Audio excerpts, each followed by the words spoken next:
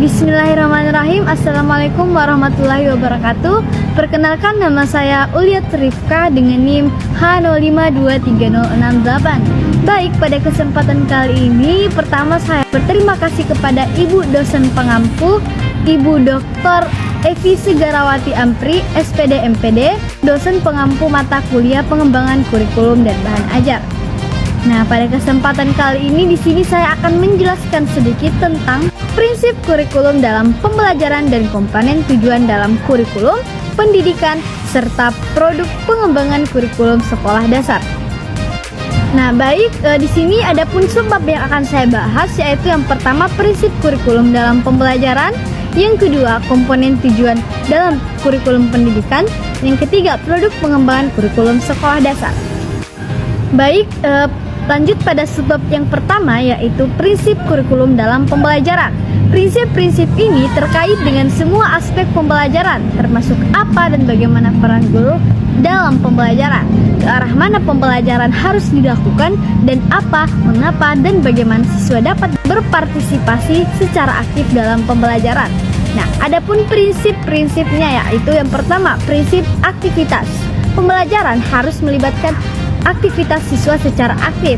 Siswa perlu berpartisipasi dalam proses belajar, baik melalui diskusi, praktek, maupun proyek. Kemudian yang kedua, yaitu prinsip motivasi. Motivasi sangat penting dalam pembelajaran. Pendidik harus menciptakan lingkungan yang mendorong siswa untuk belajar dengan memberikan tantangan yang sesuai. Yang ketiga, prinsip individualitas. Setiap siswa memiliki kebutuhan, minat, dan gaya belajar yang berbeda. Kurikulum harus memperhatikan perbedaan ini dengan memberikan variasi dan metode pengajaran dan penilaian, serta memberikan dukungan sesuai untuk setiap individu. Nah, kemudian yaitu prinsip lingkungan.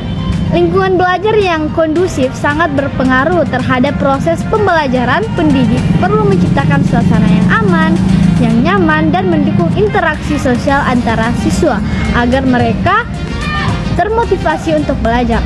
Kemudian, prinsip konsentrasi. Pembelajaran harus dirancang agar siswa dapat berkonsentrasi pada materi yang diajarkan. Nah, ini termasuk pengaturan yang tepat dan menghindarkan distraksi selama proses belajar berlangsung. Kemudian selanjutnya yaitu prinsip kebebasan. Memberikan kebebasan kepada siswa dalam memilih cara belajar dapat meningkatkan motivasi intrinsik. Siswa harus diberikan pilihan dalam tugas atau proyek untuk mengembangkan rasa tanggung jawab dan kemandirian. Kemudian prinsip peragaan. Peragaan atau demonstrasi merupakan cara efektif untuk menjelaskan konsep-konsep sulit.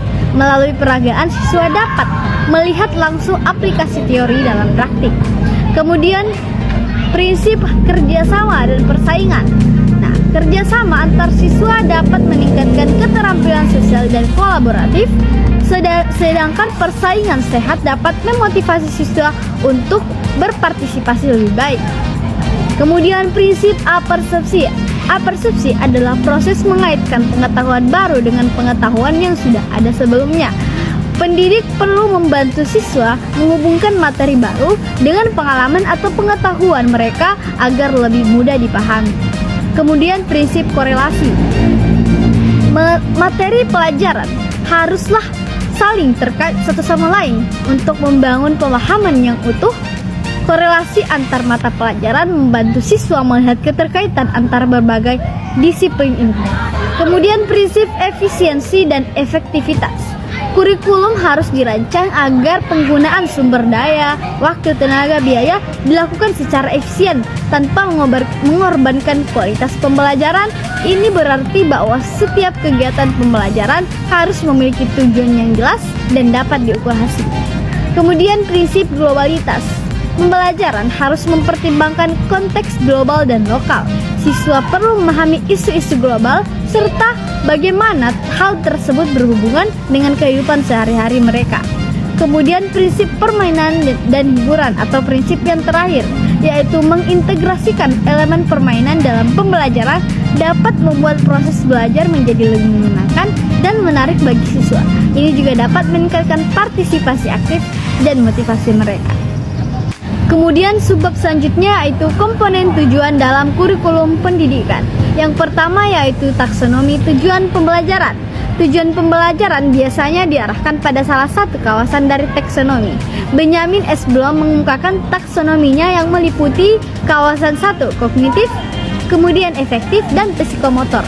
Benjamin S. Bloom mengonsentrasikan pada domain kognitif, sedangkan domain afektif dikembangkan oleh Krathwohl dan domain psikomotor dikembangkan oleh Simpson.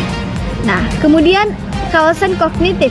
Kawasan kognitif adalah kawasan yang membahas tujuan pembelajaran berkenaan dengan proses mental yang berawal dari tingkat pengetahuan sampai ke tingkat lebih tinggi, yakni evaluasi.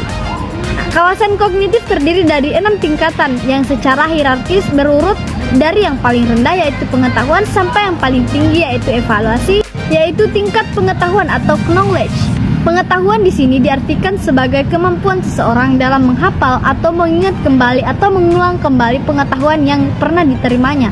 Kemudian tingkat pemahaman atau comprehension. Pemahaman di sini diartikan sebagai kemampuan seseorang dalam mengartikan, menafsirkan, menerjemahkan, atau menyatakan sesuatu dengan caranya sendiri. Kemudian tingkat penerapan atau application. Penerapan di sini diartikan sebagai kemampuan seseorang dalam menggunakan pengetahuan dan memecahkan berbagai masalah yang timbul di kehidupan sehari-hari. Kemudian tingkat analisis. Kemampuan untuk memecah informasi menjadi komponen-komponen dan memahami hubungan antar bagian tersebut. Kemudian tingkat sintesis, kemudian yang terakhir yaitu tingkat evaluasi.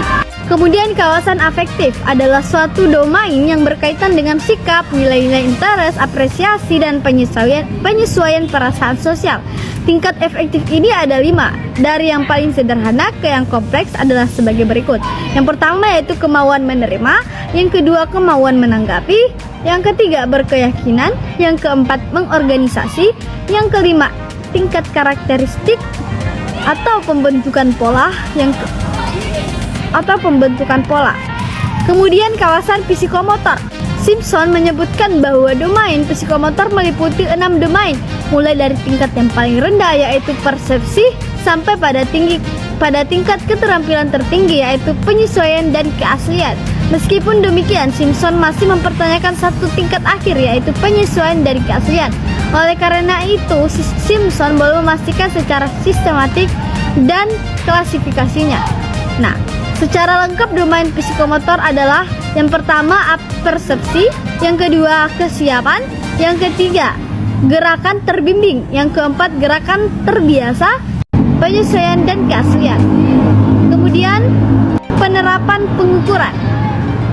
Nah, penerapan pengukuran adalah proses atau kegiatan untuk menentukan kuantitas sesuatu. Kata sesuatu bisa berarti peserta didik, guru, gedung, sekolah, belajar, dan lain-lain. Dalam bidang pendidikan psikologi maupun variabel-variabel sosial lainnya, kegiatan pengukuran biasanya menggunakan tes. Nah, yang pertama ada domain kognitif. Penilaian kognitif berkaitan dengan penilaian terhadap kemampuan berpikir dan pemahaman seseorang. Ini mencakup penilaian terhadap pengetahuan, pemahaman, aplikasi, dan analisis. Kemudian, domain afektif. Domain afektif berkaitan dengan penilaian terhadap sikap, nilai, emosi seseorang dalam proses belajar. Ini mencakup penilaian terhadap tingkat motivasi, minat, partisipasi, antusiasme, dan tanggung jawab siswa terhadap aktivitas belajar mengajar. Kemudian domain psikomotor. Penilaian psikomotor berkaitan dengan penilaian terhadap kemampuan fisik dan keterampilan praktis seseorang. Ini mencakup penilaian terhadap keterampilan motorik halus seperti menulis atau meronce. Kemudian selanjutnya yaitu taksonomi Merrill. Nah, menurut Robert Gagne dalam Hamsa mempostulatkan bahwa tipe berbeda dari domain hasil belajar menghendaki kondisi belajar yang berbeda. CDT dilibatkan dalam usaha untuk mengklarifikasikan teori Gagne. CDT dibangun di atas asumsi yang sama dengan yang dilakukan Gagne, yaitu terdapat kategori outcome yang berbeda dan masing-masing kategori itu menghendaki prosedur berbeda untuk mencapai prestasi dan prosedur yang berbeda pula. Kemudian selanjutnya, subbab selanjutnya yaitu produk pengembangan kurikulum sekolah dasar. Yang ke-1 yaitu produk pengembangan kurikulum. Pendidikan mempunyai peranan penting dalam perkembangan suatu bangsa yang bertujuan untuk menguasai pengetahuan kognitif, kemampuan sosial, kemampuan dalam bekerja, serta pengembangan kepribadian. Nah, komponen utama yang termasuk dalam produk pengembangan kurikulum diantaranya yaitu dokumen kurikulum, kemudian bahan ajar, kemudian perangkat penilaian, kemudian program pengembangan karakter, program pembelajaran remedial dan pengayaan, dan evaluasi dan review kurikulum. Nah, itulah tadi sedikit penyampaian materi dari saya. Adapun kesimpulan yaitu agar pembelajaran berjalan lancar dan teratur, guru harus segera memahami dan menghayati berbagai prinsip pembelajaran. Tujuan pendidikan biasanya diarahkan ke salah satu area taksonomi. Taksonomi Bloom mencakup domain kognitif, afektif, dan psikomotor. Selain taksonomi Bloom, taksonomi Merrill juga sangat berguna untuk mengukur kemampuan belajar siswa. Proses mengukur jumlah sesuatu disebut pengukuran. Taksonomi Merrill berujuk pada semua hasil atau komponen yang dihasilkan selama proses pengembangan kurikulum suatu program pendidikan atau lembaga pendidikan. Nah, demikianlah penyampaian materi dari saya. Lebih dan kurangnya mohon dimaafkan. Semoga bermanfaat bagi kita semua. Terima kasih. Wassalamualaikum warahmatullahi wabarakatuh.